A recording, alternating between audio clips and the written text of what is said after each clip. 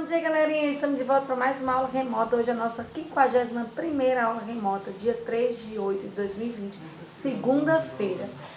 Estamos quase terminando o nosso volume 2, né? E acabamos de entrar no capítulo 4, Nossa Gente e Nosso Povo, na página 83.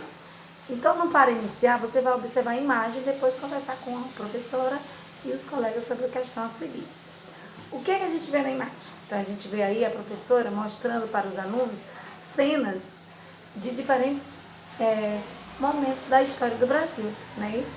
Uma delas é a chegada dos portugueses com seu encontro com os índios, a vinda dos escravos africanos, a instalação da corte portuguesa, a vinda de outros povos como italianos e japoneses e outros mais, né?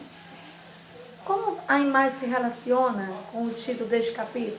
E a gente consegue entender que esses povos e pessoas, gente, contribuíram para a construção da identidade do Brasil, que é um povo tão plural. É isso? Na página 84, hora de leitura. Então vamos lá, vamos ler a poesia. Trago rimas saborosas, bem mais doces do que o mel, com estrofes muito ricas e a voz de menestrel. Apresenta o universo do repente e do cordel. O cordel é diferente do repente improvisado. O cordel é sempre escrito em folheto declamado. O repente é improviso sem ter nada decorado.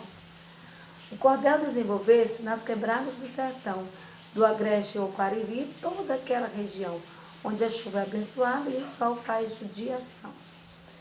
Mas o nome do cordel provém lá de Portugal. Os cordéis ali ficavam pendurados no varal. No Brasil é diferente, folheto é o nome usual. O cordel foi no passado o jornal do sertanejo, sem TV nem internet, num pequeno vilarejo. Esperavam o poeta com a rima e com o gracejo. Hoje é muito diferente de alguns anos atrás, porque hoje está presente nas maiores capitais, todo mundo já conhece suas rimas naturais.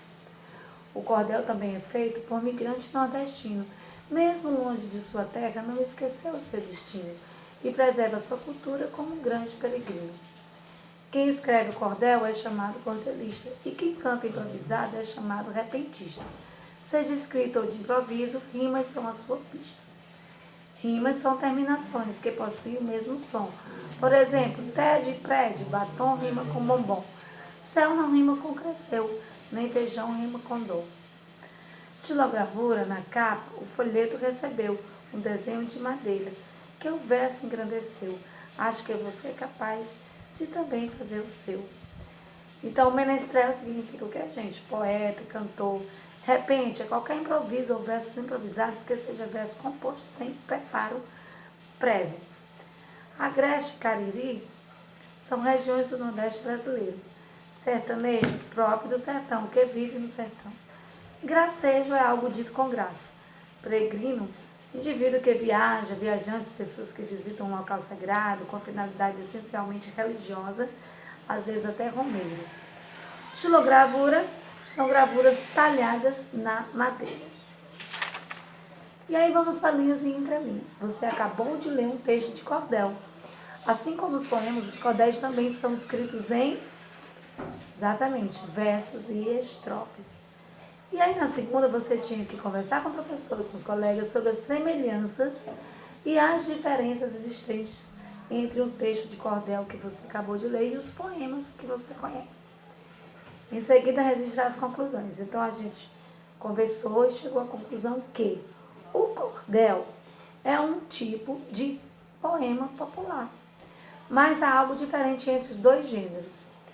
Uma delas é que os poemas, de modo geral, têm foco no sentido e pensamento do eu lírico, usando, na maioria das vezes, uma linguagem formal.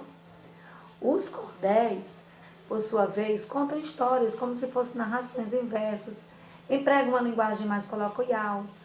Outra diferença é que os poemas não precisam ser escritos obrigatoriamente com rima, enquanto que os cordéis sim. Na terceira diferença é que no poema o número de versos em cada estrofe pode variar. Já nos cordéis, não. Se o cordelista, por exemplo, decidiu escrever em quadras, estrofes de 4 versos, Então será dessa forma do início até o final do texto. As estrofes de cordéis podem ser 4, 6, 7, 8 ou até 10 versos, chamados de esquadras, sextilhas, centilhas, oitavas, décimas, respectivamente. As quadras e as centilhas são as métricas mais comuns. Tá ok, gente? Então vamos para a terceira agora. Com base no cordel que você acabou de ler, responda as questões. Quantas estrofes tem o cordel? E a gente vai lá, conta e consegue perceber que tem 10 estrofes. Quantos versos tem cada estrofe? E a gente conseguiu perceber que tem 6. 6 versos cada estrofe. O número de versos em cada estrofe muda ou permanece o mesmo do início até o fim do texto? Permanece o mesmo até o fim do texto. É isso aí. Com base no texto, responda as questões. Qual a diferença entre cordel e repente? Então, o cordel, gente, a gente já sabe que ele é escrito com antecedência, não é isso? Para depois ele ser lido. Já o repente não, é uma composição feita de improviso, sem preparo algum, é feita naquele momento que está acontecendo. Em que região do Brasil o cordel teve origem? Na região Nordeste, yes. No Brasil, como o cordel é chamado usualmente? Então a gente viu no texto que ele é chamado de folheto. De onde provém o nome cordel? Por que ele recebe esse nome? E a gente sabe que cordel provém de Portugal. Ele recebe esse nome porque ele ficava pendurado em varais. Que nome recebe a pessoa que escreve cordéis? A pessoa que escreve cordéis recebe o nome de cordelista. E aí, qual é a alternativa correta? Terminações de palavras que apresentam os mesmos sons são chamados de rimas. Releia os versos e depois assinale a alternativa correta. Um desenho de madeira que o verso engrandeceu. Esses versos se referem ao quê? Ao folheto de cordel, ao verso de cordel, à xilografia de cordel. Exatamente, xilografia. Não é isso? Na sétima, releia a primeira estrofe do cordel, depois responda ao que se pede. Trago rimas saborosas, bem mais doce do que o mel, com estrofes muito ricas e a voz de menestrel. Apresenta o universo do repente do cordel. Quais são as palavras que rimam nessa estrofe? E a gente viu que as palavras que rimam são mel, menestrel e cordel, que tem o mesmo som final, né, gente? Quais versos da estrofe essas palavras aparecem? Elas aparecem no segundo, no quarto e no sexto verso da estrofe, pulando uma linha sempre, né? Volte ao texto e releia a segunda estrofe, circulando as palavras que rimam. Depois responda ao que se pede. Que palavra você circulou? E a gente lá na segunda estrofe, a gente lê o segundo estrofe, né? Que é o cordel é diferente do repente improvisado. O cordel é sempre escrito em folheto e declamado. O repente é improviso, sem ter nada decorado. E aí, qual foi a palavra que você circulou? Improvisado, declamado e decorado. Em quais versos da segunda estrofe essas palavras aparecem? E a gente vê que elas aparecem no segundo, no quarto e no sexto verso da segunda estrofe. Releia com atenção todo o cordel, depois responda as questões. O que você observou quanto à posição das palavras que rimam em cada estrofe? E a gente conseguiu perceber que as palavras que rimam aparecem sempre no segundo, no quarto e no sexto verso de cada estrofe, não é isso? Na sua opinião, é fácil ou difícil escrever dessa forma? Por quê? A gente chega a uma conclusão que é um pouco difícil, né, gente? Porque a pessoa tem que ter muita criatividade, requer criatividade, riqueza de repertório no vocabulário. Então, não é para todo mundo, né, gente? E aí a gente vê os folhetos de cordel que são vendidos em feiras livres no Recife de Pernambuco, olha. Quem não se deliciou com a leitura do cordel, vai lá, viu, gente? No resto.